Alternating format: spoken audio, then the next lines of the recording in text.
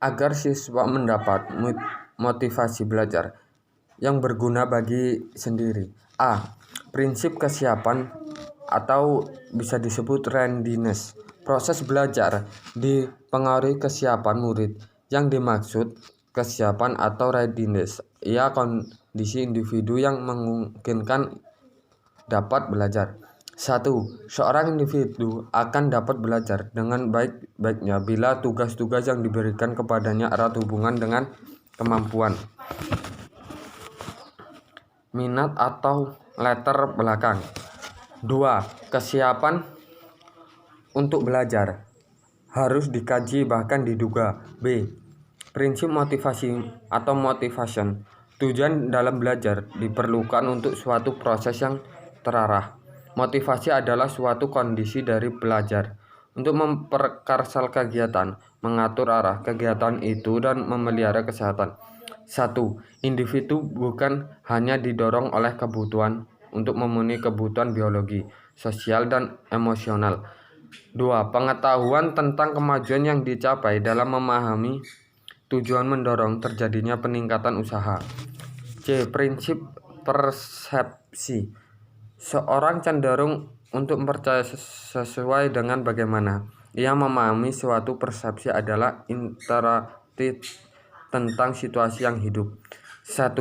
Setiap belajar melihat dunia berbeda satu dengan yang lain karena sikap belajar memiliki lingkungan yang berbeda. 2.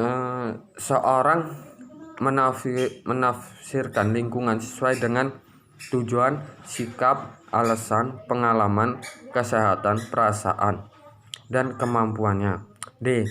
Prinsip tujuan. Tujuan harus tergambar jelas dalam pikiran dan diterima oleh pelajar pada saat proses belajar. 1. Tujuan seyoginya mewadai kemampuan yang harus dicapai.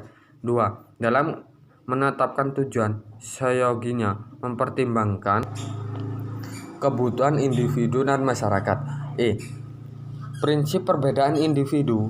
Proses belajar bercorak ragam bagi setiap orang. Proses pengajaran seyoginya memperkaitkan perbedaan individual dalam kelas sehingga dapat memberi kemudahan pencapaiannya tujuan belajar yang tinggi-tingginya. 1. Para pelajar harus dapat dibantu dalam memahami kekuatan dan kelembapan dirinya dan selanjutnya mendapat perilaku dan pelayanan kegiatan, tugas belajar dan pemenuhan kebutuhan yang berbeda-beda. 2. Para pelajar perlu mengenal potensinya dan sehingga dibantu untuk merencanakan dan melaksanakan kegiatan sendiri. F. Prinsip transfer dan relatif.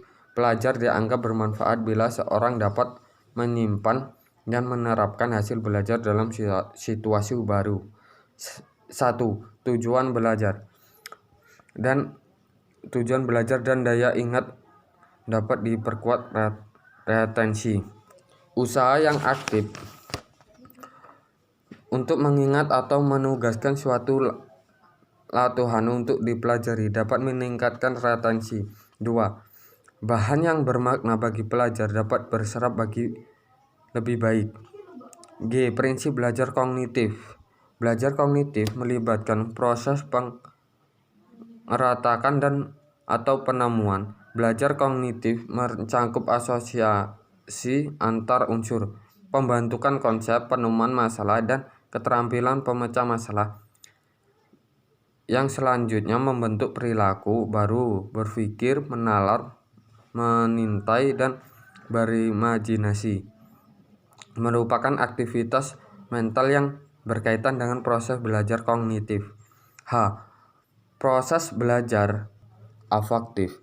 Proses belajar afektif. Seseorang menentukan bagaimana belajar afektif mencakup nilai emosi, dorongan, minat, dan sikap. 1. Prinsip belajar psikomotor. Proses belajar psikomotor individu menentukan bagaimana ia mampu mengendalikan aktivitas J. Jenis evaluasi. Jenis cakupan dan validitas evaluasi dapat mempengaruhi proses belajar saat ini dan selanjutnya.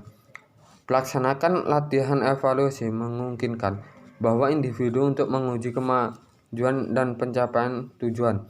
Bab 3. A. Pengertian komponen pembelajar.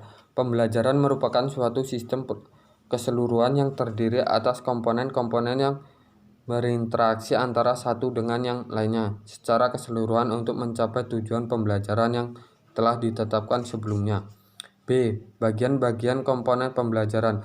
Menurut Hamalik 2005 atau 77, ada 7 komponen dalam pembelajaran di mana suatu dengan yang lain saling berinteraksi, yaitu 1. Tujuan pendidik dan pengajar. 2. Peserta didik atau siswa. 3. Tenaga pendidik khususnya guru. 4. Perencanaan pengajar sebagai segmen kurikulum. 5. Strategi pembelajaran. 6. Media pengajaran. Dan 7. Evaluasi pengajaran. 1. Tujuan pendidikan dan pengajaran. Tujuan adalah suatu cita-cita yang ingin dicapai dari pelaksanaan dari suatu tujuan. Tidak ada suatu tujuan yang diprogram tanpa tujuan. Tujuan memiliki nilai yang sangat penting dalam pengajaran.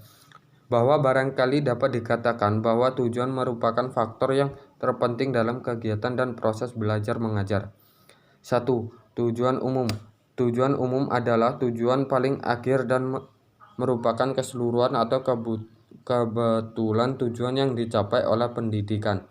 2. Tujuan khusus. Tujuan khusus adalah mengkhususkan tujuan umum atas dasar berbagai hal, misalnya usia, jenis kelamin, inteligensi, bakat, minat, lingkungan, sosial, budaya, tahap-tahap perkembangan, dan tuntunan.